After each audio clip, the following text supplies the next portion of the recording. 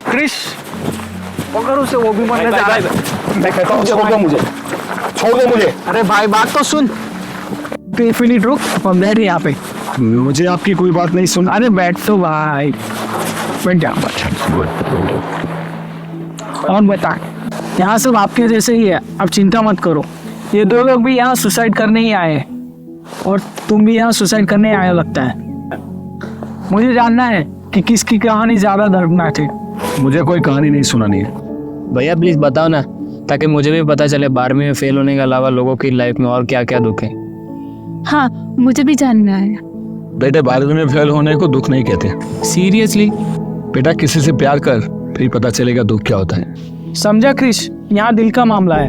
हाँ भाई साहब। अब बताओ आखिर हुआ क्या। मैं एक लड़की से बहुत प्यार करता था, उसके पीछे पागल था और रोज दुआओं में उसे मांगता।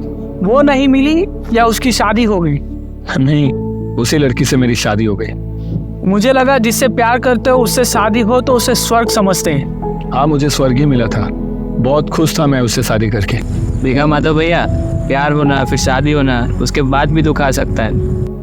बेटा मैं बहुत खुश नसीब इंसान था। शादी के बाद हम लोग हमारे पेरेंट्स के साथ ही रहते थे, लेकिन मेरी बीवी को ये पसंद नहीं था।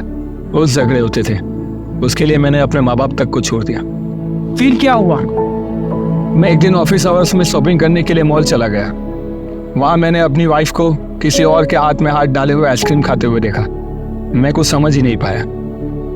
मैंने उसे कॉल किया तो उसने बताया कि मैं ऑफिस में हूँ। देखा क्रिश, स्वर्ग जैसी जिंदगी भी एक पल में नर्क हो जाती है। मेरा दिल टूट गया और जैसे ही मैं उन दोनों के सामने गया, मेरी बीवी मुझे बहाने बनाने लगी कि ये तो मेरा दोस्त है। शायद दोस्त भी हो सकता है।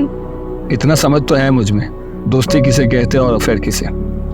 फिर क्या हुआ? मैंने उसे समझाया, लेकिन वो कहने लगी कि मैं उसके बिना नहीं रह सकती। अब मैं क्या समझाऊं उसे?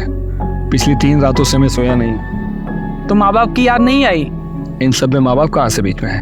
अगर तू अपने माँ बाप के पास चला जाता, उन्हें अपना प्रॉब्लम बताता, तो तुम्हें पता चलता कि दुनिया में आज भी प्यार करने वाले लोग हैं। मुझे बस मरना ही है और कुछ नहीं। क्रिश, एतल, बताओ कौन सबसे ज्यादा दुखी है? मैं ही सबसे ज़्यादा दुखी हूँ, क्योंकि मुझे ज़िंदा रहना है, लेकिन मैं पढ़ाई नहीं कर पाता और मेरी वजह से मेरे माँ बाप दुखी हैं। मेरे माँ बाप इस समाज में क्या मुँह दिखाएंगे? मैं तो दूसरों के लिए मरने आया हूँ। अगर मेरे हाथ में होता तो मैं कभी नहीं मरता। एतल, तुझे क्या बोलना है?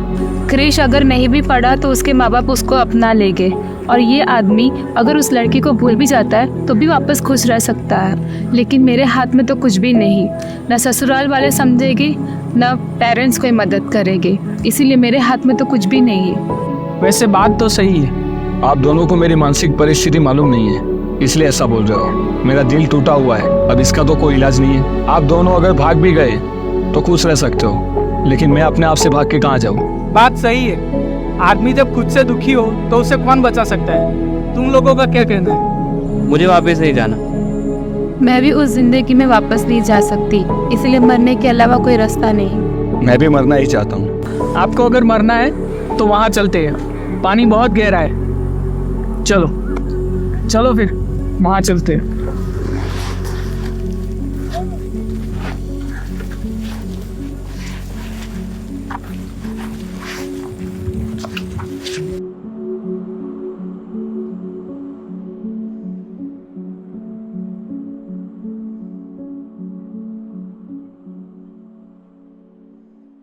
चलो मैं 1 2 3 बोलूंगा, तुम सब कूद जाना।